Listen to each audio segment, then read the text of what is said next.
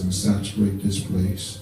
To our assistant pastor, Pastor Moss, for doing a wonderful job. His lovely wife, Jazz, for doing a great job with the announcements. To soon-to-be Minister Will Wiggins, amen. We bless the Lord, and you all hear more about that in the coming weeks. But can we bless God for Will?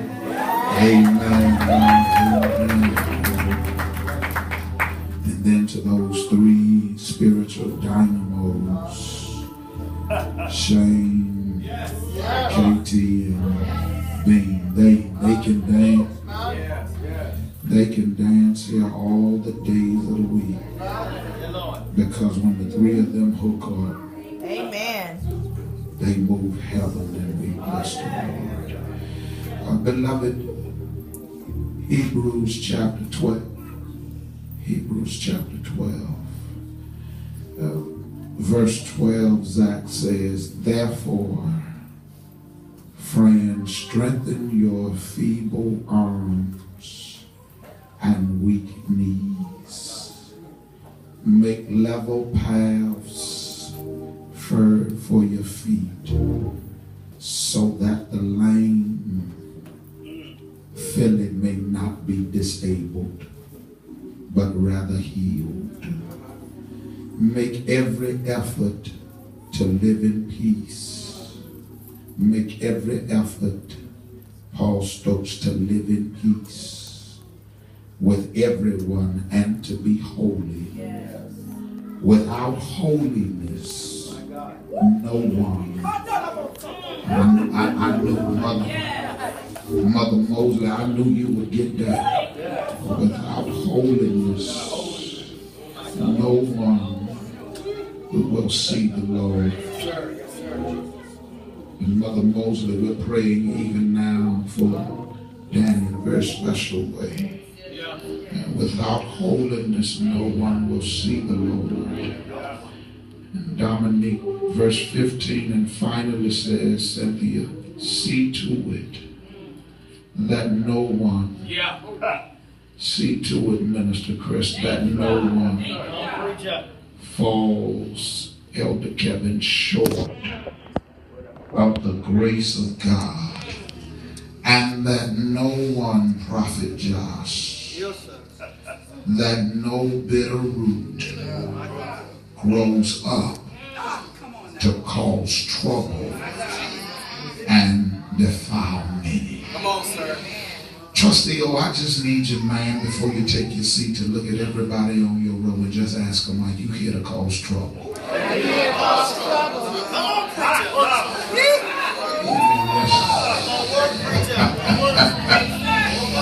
You may rest in the seats of the presence. Trustee Monte, the text says, sir, see to it that no one falls short of the grace of God, and that no just and bitter root grows up to cause trouble and defile many. And beloved, I want to remind you that Tuesday night Dr. Marcus Smalls will be here, and we need la-da-da-da. And now last week I was a little bit embarrassed because my boy Dr. Blunt bought everybody from Suffolk. And that's the first time that's ever happened in my life where somebody came to my church and bought more people than I had.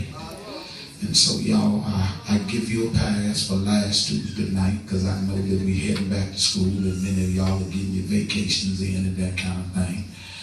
But tap your neighbor and say, but we do got one more Tuesday. So I'm going to ask if y'all will do your very best to be here Tuesday at 7. We know that it's about school time. North Carolina schools are heading back in the morning, and Virginia will head back on next Tuesday. So we've adjusted the time of worship so that you can get in, get what God needs you to have, and get home so that the children don't, amen, wake up tired on Wednesday morning. Amen. Amen. So thank y'all so kind. I know you're going to do it. And you don't have an excuse because now our youth pastor and our youth staff have created youth Bible study.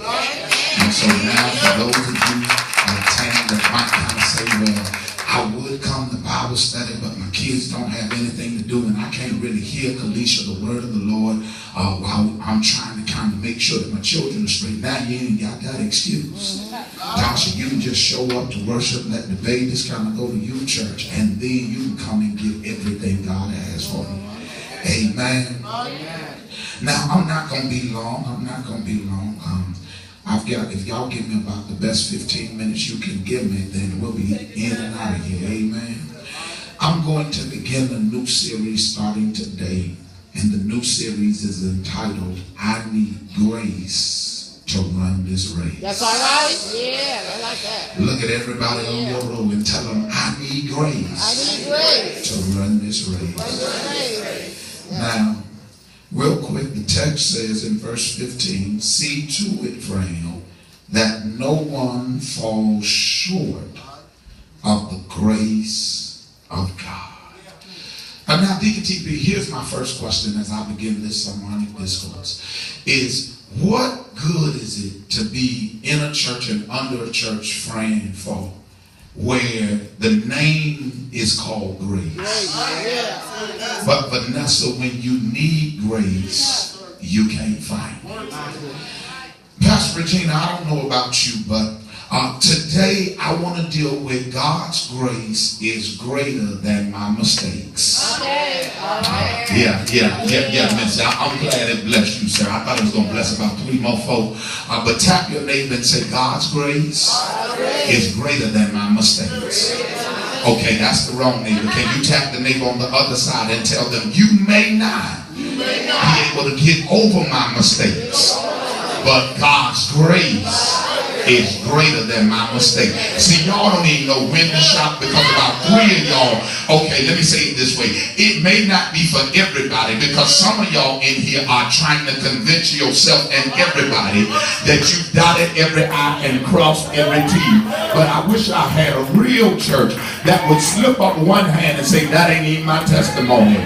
Alternate, I dare you to elbow somebody near you and tell them, I'm tired of trying to front for you. I'm tired of trying to act like I dot every I and cross every T. I'm tired of trying to act like I wake up with my Bible every now and then. Oh, you work with some folk that make you want to lose your religion. Every now and then you got some family members that every now and then, Bridget, they make you want to just lay that religion down for about 5 minutes. I dare you to elbow your neighbor and say, just because I'm saved don't mean I'm soft. You need to understand that the only reason I'm here today, the only reason I have what I have, do what I do, and am blessed like I am, is because of God's. Can I get 3 of y'all just to holler his grace?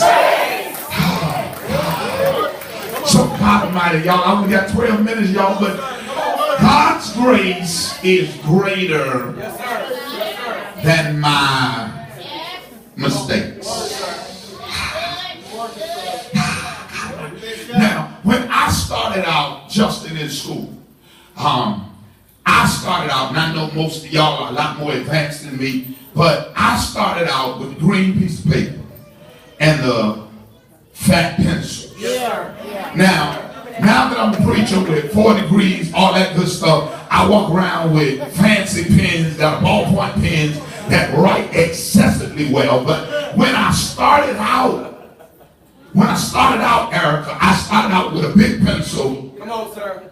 And some big green paper. And here's what was deep. Because, Pastor Regina, I was so inquisitive as a child, one day I asked my teacher, I said, why is it that when we get ready to take tests, you always say to us that we need... Oh, I ain't the only one in here that took some of that. Pastor Don, I'm sorry. I know you're the educator in the building, but I dare you to tap your neighbor and say that number 2 pencil has got me through some tests. Here's what's deep, KT. Here's what's deep. I prefer to write with a pen, but my teacher said you got to use. So one day I said to my teacher, why can't I take Philly the test with a pen?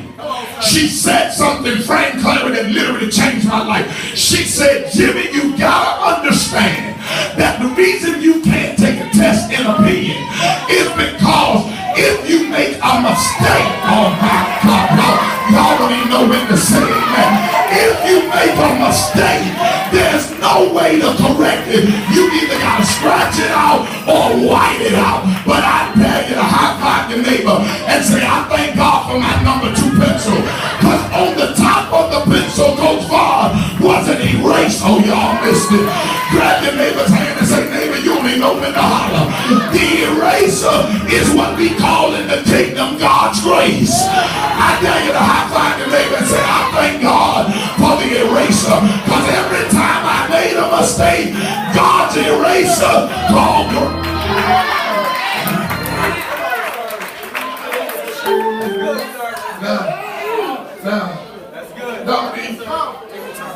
She didn't let me write with the pen because she knew I was going to make some mistakes. So she gave me a pencil, and the pencil had an eraser on it. And the purpose of the eraser was every time I made a mistake, I could. So when you look at grace, the purpose of grace is to erase. Now, let me make sure I got the right house. How many of y'all can honestly admit you've made some mistakes in your life? Some of y'all living with a mistake. Oh my God, I'm sorry, that's a sermon for a whole nother week. Some of y'all are on some jobs and it literally, God Almighty, I dare you to tap your neighbor and say, everything that shines ain't gold, and everything that looks good ain't good for. But somebody ought to shout, I thank God for grace. Right, here it is, y'all. I got 10 minutes. I got to let him explain. Here it is. The question becomes, first of all, is, middle time, what is grace? What is grace? You're going to be in church, Dr. and doing all this laying hands, all this prophesying, all this singing, all this praising, all this shouting, all this preaching. We got all this laying. And yet, you don't even know what the purpose of the name of the place that you claim to love is. So now, Here's the first question. First question is, what is grace? Okay. Grace is, type this, write this, record this, however you choose. Grace is the free, unmerited, let me say that again. It's the free. Now, when you think of something being free, Minister Lazarus, what does that mean? That means you don't have to do anything to get it. That means you have not earned the right to obtain it. It was free. If I say I'm giving you something for free, it means you didn't do anything to deserve this, but I'm giving it, my God, today. And when you look at grace, you got to start looking at it from the vantage point that it's free. Somebody shout it's free. Which means, Vanessa, that religious folk can make you feel obligated to pay for something that Jesus died for. Somebody shout it is free.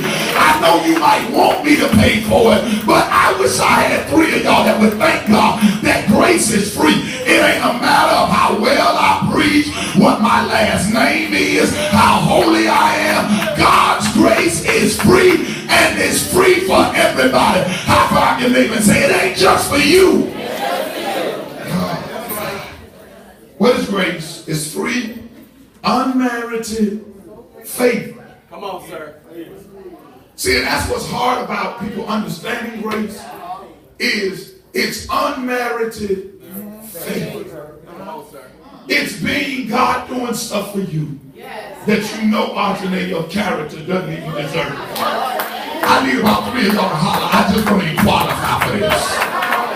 I mean, have you ever gotten something that you knew you didn't qualify for? I mean, you went and got a car, you went and got a house. Okay, let me make it plain for you. Some of y'all in some relationship, and the truth be told, you don't even qualify for the person that God has blessed y'all. I need about 3 of y'all just to lift up your hand and say, I don't qualify for it, but I thank God that he did it in spite of me. It's free as unmerited. Let me see. Let me check my time. Got 9 minutes. Here it is. It's free as unmerited favor of God as manifested in the salvation of sinners and the bestowal. I'm doing the best I can. And the bestowal of blessings. Because prophet, what God has said to me in this season is we don't have problems shouting. But what good is it to shout? And you don't really know what you're shouting for or why you shout. You just shouting because music sounds good. But what's scary is, can you still shout when the lights are off, when the organ is gone, and when James Jones ain't telling you that God is good? Somebody shout, I need grace. Now, here it is. Text says, give me 9 minutes. Here it is. See to it that no one falls short of the grace of God.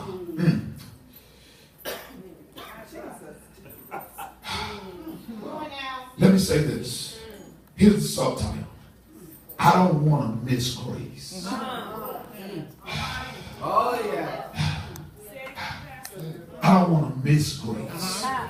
Now, Evangelist Wiggins, I know you're recording, so I'm going to go ahead and say it for those that might watch. Now, there are a lot of people who've left grace. And they miss grace. But now, there are a lot of people who are still in grace. And you miss grace.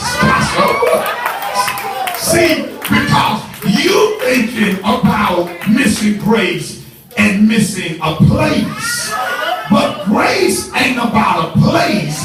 It's about a spiritual destiny. Grab your neighbor's hand and say, grace is wherever I am. That's why grace could be at Bayside.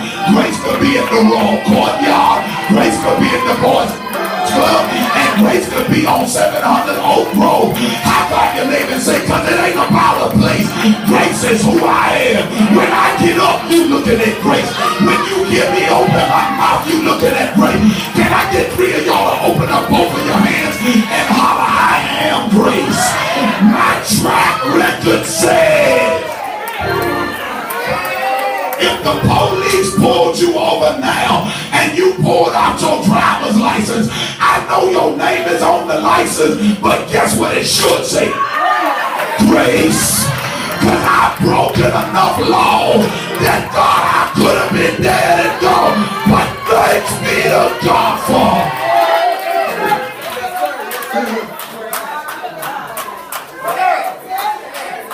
Amen. I got 6 minutes. I got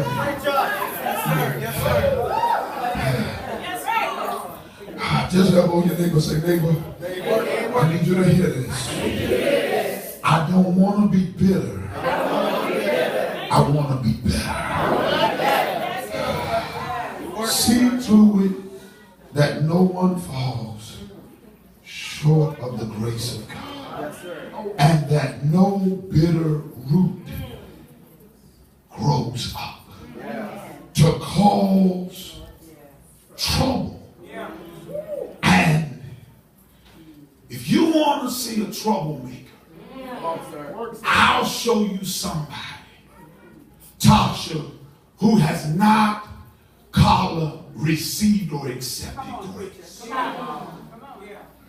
You want to see somebody bitter, I'll show you first somebody, Sister Birdie, who has not embraced grace.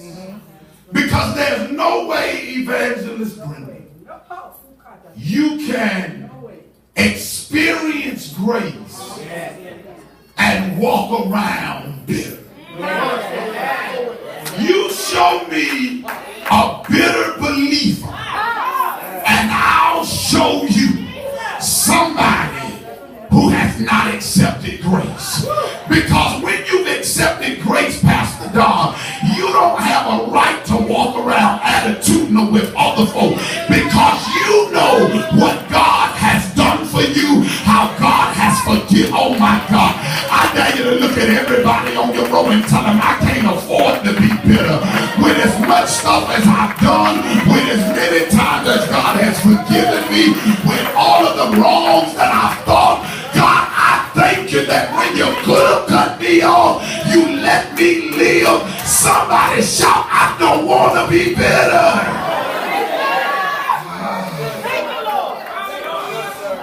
Thank you, Lord. God's grace is bigger than your. Stop letting folk convince you that God doesn't love you because of what you've done. Stop letting folk tell you because you're a sinner, you don't need to be in church. Stop letting folk run you away from the place of God and the presence of God for your mistakes. If you had made a mistake, like Pastor Moss said, this is the very place you ought to want to be in after a mistake. But we allow religious folk or pseudo-religious folk to convince us that because we make mistakes, God don't love us. I dare you to high five your neighbor and say, the devil is a liar. He got enough grace for me, for you, for you, for you, for you. Somebody shout, his grace is greater than my mistake.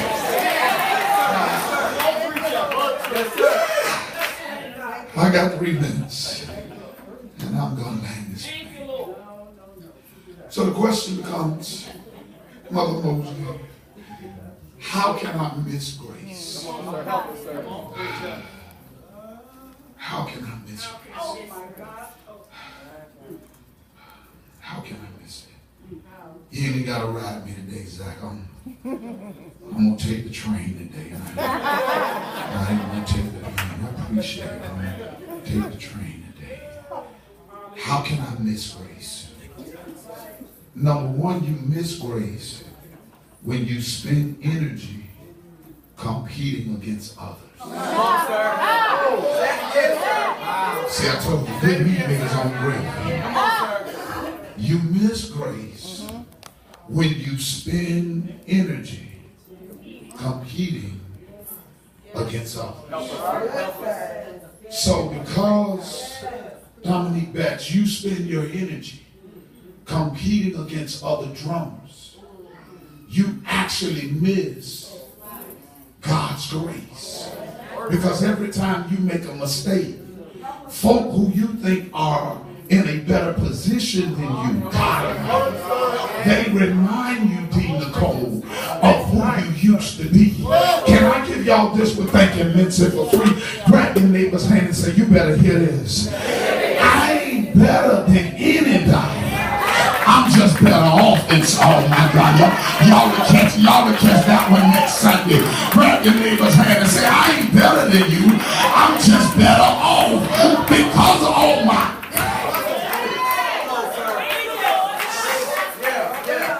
See, folks, when the Lord blesses you, Dr. Tan, they start saying in your army, you think you better than everybody. The next time somebody tells you, friend, you think you better than them, just say, no, I ain't better than nobody. I'm just better off than everybody. Because it pays to serve. Number one, we spend energy. We spend energy competing against others. But number two, we spend time not only competing against others, but we spend time comparing ourselves to others. So you spend all of your time looking at what your friends got, looking at what your co-workers have, and you don't even take moments to celebrate what you got. Okay. I'll talk to myself. The plan is landing. They've already cleared us for landing. Amen. I'm telling you to put away your tray tables, all that good stuff, because we getting ready to land. Somebody shout, we getting ready to land. But y'all, watch this. When I look at the empty chairs, some of the chairs with no bodies in them bother me. Okay. Because I'm just a naturally successful person. And I just believe that, Evangelist Shane, everything the Lord puts me to ought to be attached with success. But here's what God convicted me of while they were singing and I was sitting there meditating. God said to me, Jones, why you worried about empty seats? Because about a month ago, you didn't even have no soul. I'll see y'all next week. Okay. Y'all don't want to worship. I'll just see. Look here, y'all. You gotta grab it. Sometimes you gotta stop comparing your car to somebody else's car, your house to somebody else's house, your salary to somebody else's salary, your relationship to somebody else's relationship. Grab your neighbor's hand and say, be careful when you ask for my stuff, because you don't know the hell it took for me to get what I got and the power and prayer it takes for me to keep what I have. Grab your neighbor by the hand and say, stop comparing yourself.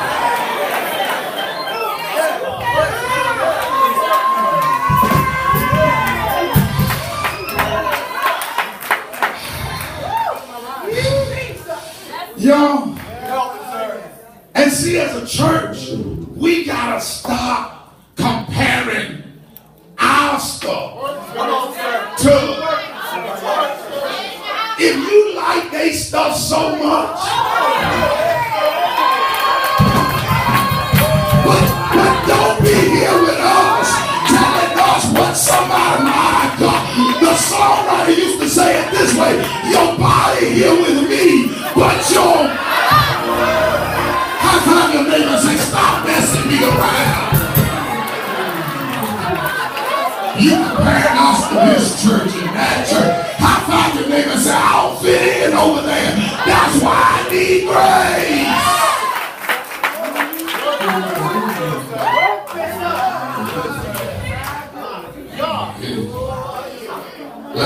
Last week. When we spend energy competing against others, we miss grace. When we spend time comparing ourselves to others, we miss grace. And finally, when we spend time complaining about others, we miss grace. I come against the spirit of complaining. Stop. Yeah. If you don't want to be where you are, do something. You know what I tell our children every day when I get up and go to work? Is, I tell them, you spend more energy complaining. Okay, let me make it plain for you. The other week I was having a conversation with Dre about some stuff around the house to do. And she was kind of like, Dad, but I feel like I got to do it all. I said, well, you know what, baby? You may have to do most of it. I said, but the energy it takes for you to shrug your shoulders and say, Lord, I got to do it. By the time you do all that stomping and all that, Lord, I got to get up and go. By the time you lay there and hit the snooze button and say, God, give me 15 more minutes. I'm so tired. No, just get on up. Do what you got to do. Because the sooner you get to it, the sooner you'll get through. Y'all are catching it. See, that's why when my feet hit the floor, baby, whether I go to bed at 1 o'clock or 10 o'clock, it ain't gonna matter. Because when the alarm clock hits 6 a.m., I know it's time to go to work. Grab your neighbor by the hand and say, neighbor, stop complaining so much. You complaining that ain't nothing to eat at the house. Well, cook some. Or take me to go get some. When you gonna fix me? What's wrong with you? I'm hungry too. How about you niggas and stop complaining? You know what's deep? Is we've been in church and we've been in here 3 weeks and I've heard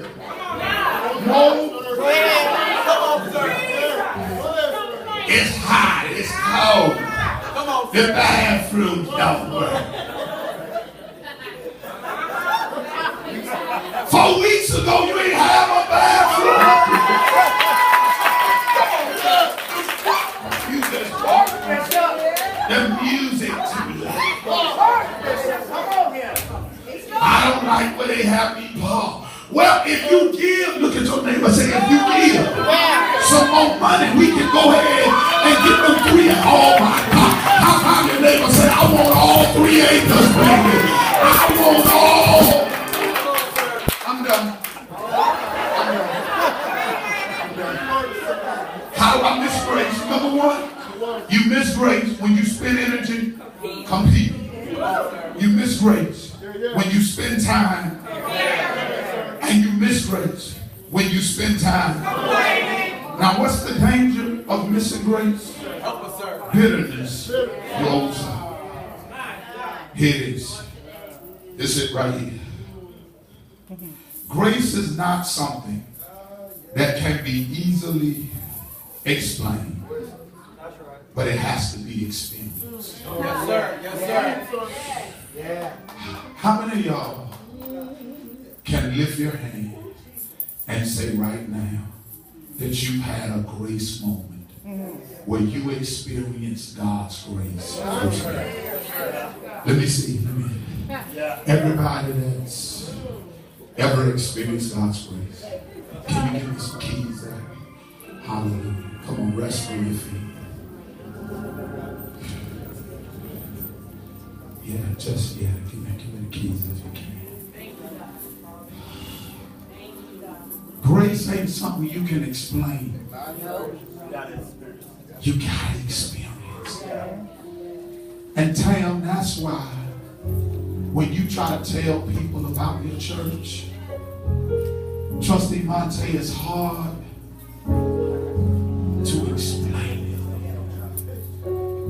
Shauna, it's hard to explain, Yolanda, how you can come to a place on your second, your third, your fourth marriage. You can come to a place. Help us, sir. Help us. You were molested and abused. You can come to a place still being addicted to your past and things of your past. It's hard to explain what makes you get up in the morning and when everybody else in your neighborhood, Lamont, is still asleep from a long Saturday night. And you say, baby, no matter what time I get in, I gotta be in church. It's hard to explain. It's hard to explain what makes you love God.